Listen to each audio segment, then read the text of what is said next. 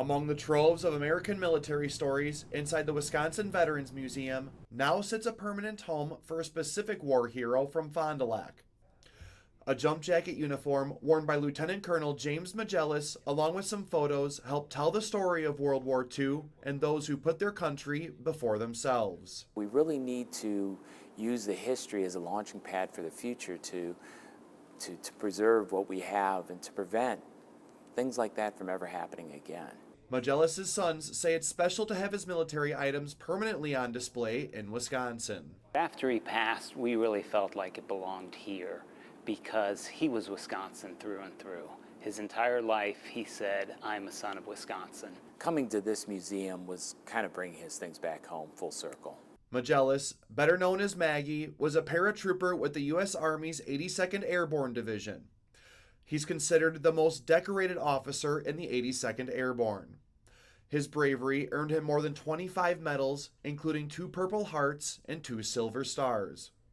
Magellis wrote a book on his own experiences called All the Way to Berlin.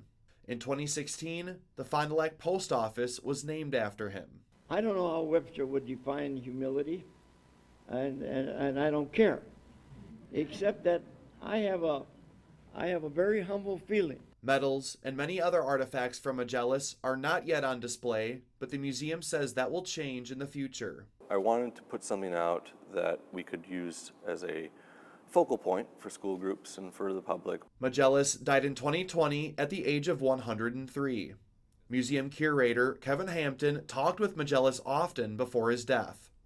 One story he will always remember is Magellis recalling when he helped liberate a German concentration camp. He did not truly understand the depth of what they were fighting for until you saw the depravity, the destruction, the absolute inhumanity of that concentration camp.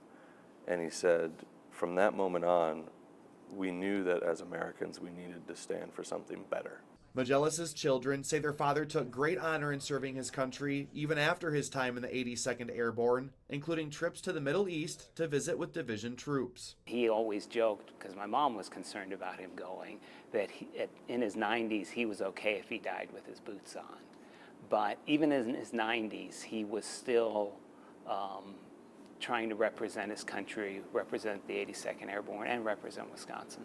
They're glad their father's story is available for all to see and learn about the role he played in world history.